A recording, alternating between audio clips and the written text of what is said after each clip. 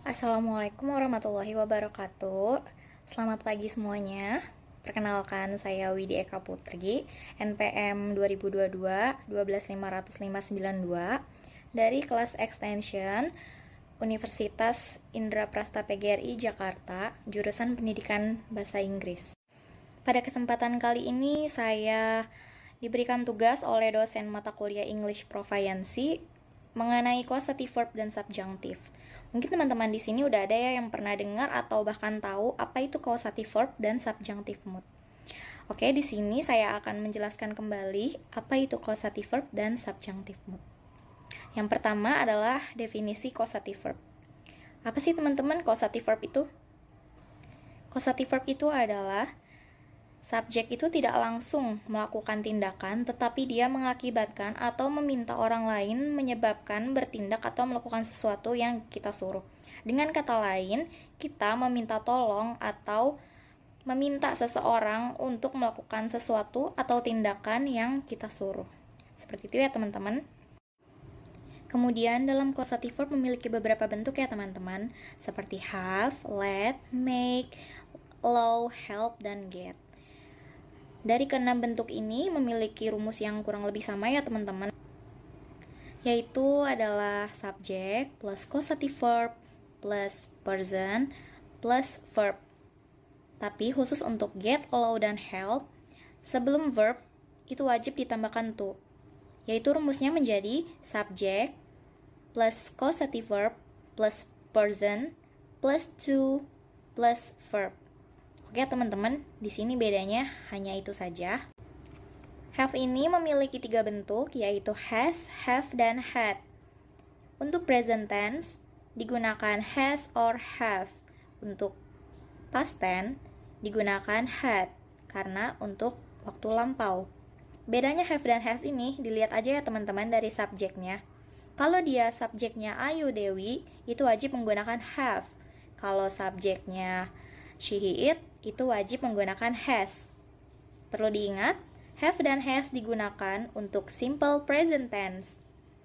Kalau untuk yang had atau past tense-nya, dia sama aja ya teman-teman. Subjeknya mau Ayu, Dewi, she, he, it, dia menggunakan had asalkan waktunya past tense atau lampau.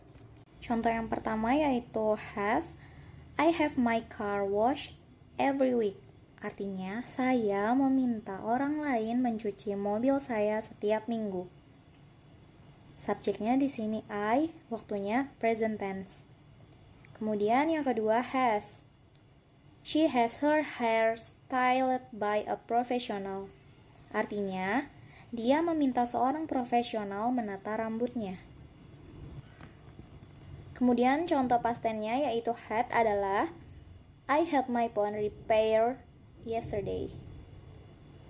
Artinya adalah saya meminta orang lain memperbaiki ponsel saya kemarin. Jelas ya teman-teman di sini perbedaannya. Kemudian bentuk yang kedua dari causative verb adalah make.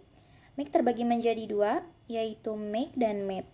Simple present tense menggunakan make dan past tense menggunakan made. Contoh dari make adalah my mom makes me clean my room every week. Artinya, ibu saya menyuruh saya membersihkan kamar setiap minggu. Kemudian contoh dari past tense-nya adalah my mom made me clean my room yesterday. Artinya, ibu saya menyuruh saya membersihkan kamar kemarin. Jelas ya teman-teman, bedanya di sini adalah keterangan waktu.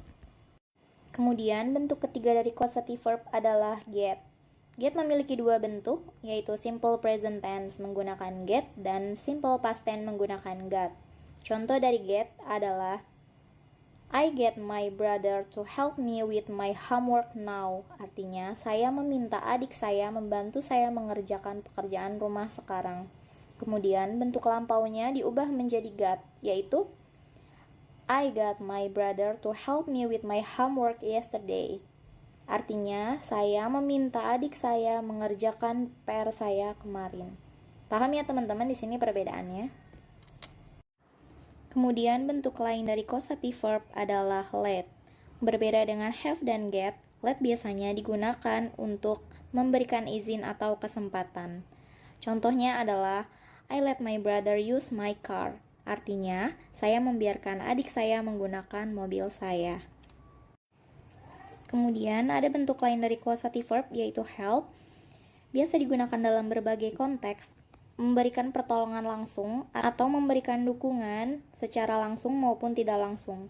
Contohnya adalah he helped the child with their homework. Artinya, dia membantu anak itu dengan pekerjaan rumahnya. Dan contoh causative verb yang terakhir adalah allow.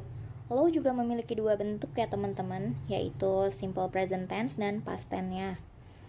Jadi untuk simple present tense ini contohnya adalah the school allows students to use the library during lunch. Artinya, sekolah itu membiarkan muridnya menggunakan perpustakaan selama makan siang.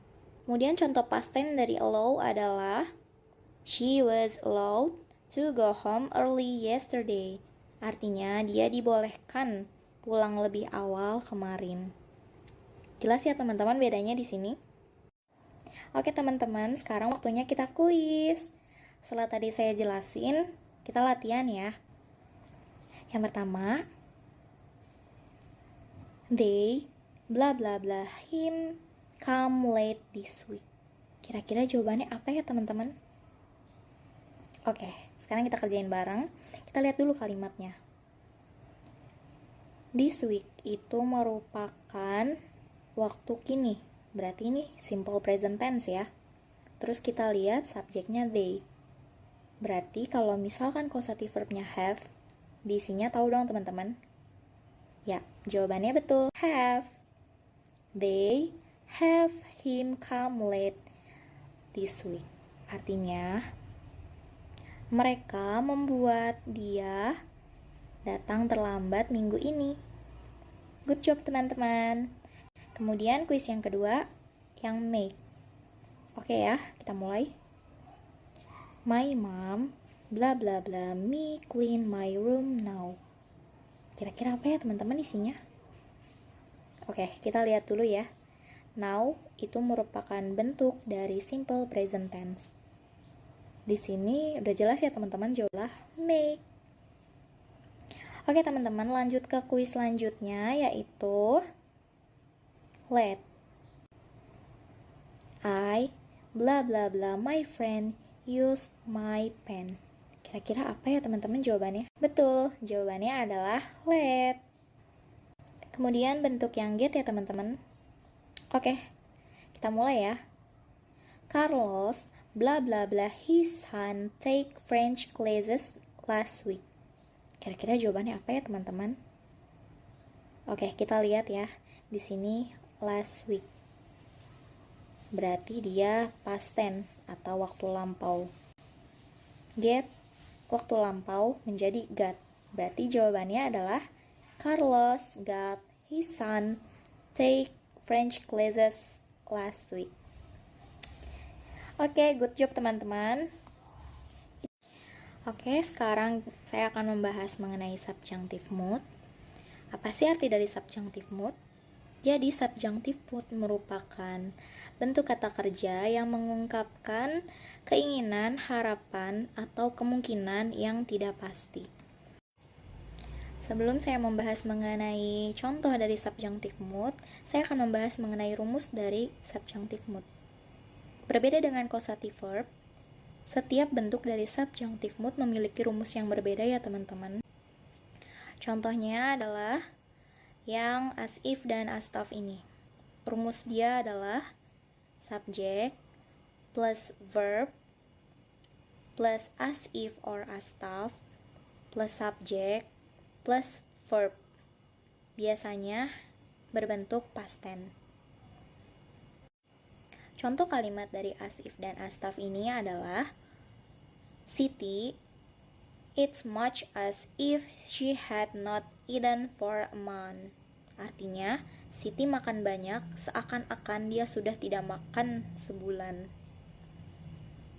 Tentu saja ya, dalam kalimat subjunctive ini tidak mungkin terjadi gitu kan, karena mana ada orang tidak makan dalam waktu 1 bulan.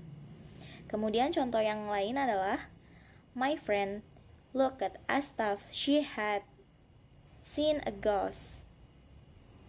Artinya, temanku terlihat seakan-akan ia telah melihat hantu.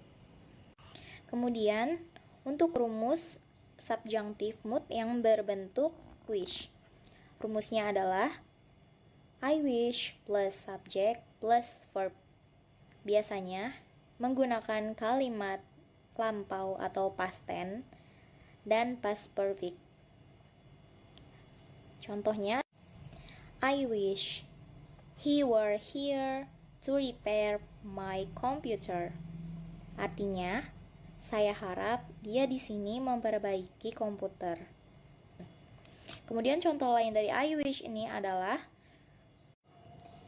everybody wishes that Sarah were able to control her emotion. Artinya, setiap orang berharap Sarah dapat mengontrol emosinya. Jadi dalam bentuk subjunctive mood I wish ini masih ada harapan yang bisa terjadi ya teman-teman. Kemudian yang terakhir ada bentuk dari would rather. Rumusnya adalah subject plus would rather plus that plus subject plus verb. Contoh kalimatnya adalah I would rather that you came another time. Artinya, saya lebih suka kamu untuk datang di lain waktu.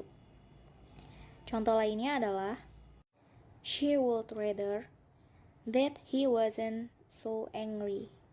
Artinya, ia lebih suka jika ia tidak marah berlebihan. Jadi jelas ya teman-teman perbedaan antara ketiga subjunctive mood ini. Oke, terima kasih sudah menyimak apa yang saya sampaikan mengenai causative verb dan subjunctive mood. Semoga apa yang saya sampaikan pada materi dan pertemuan kali ini bermanfaat dan bisa menambah wawasan teman-teman di luar sana ya untuk terus belajar bahasa Inggris. Kurang dan lebihnya saya mohon maaf dan sekali lagi terima kasih atas perhatian teman-teman semua ya yang sudah mau menyimak penjelasan dari saya. Wabillahi taufiq wal hidayah. Wassalamualaikum warahmatullahi wabarakatuh.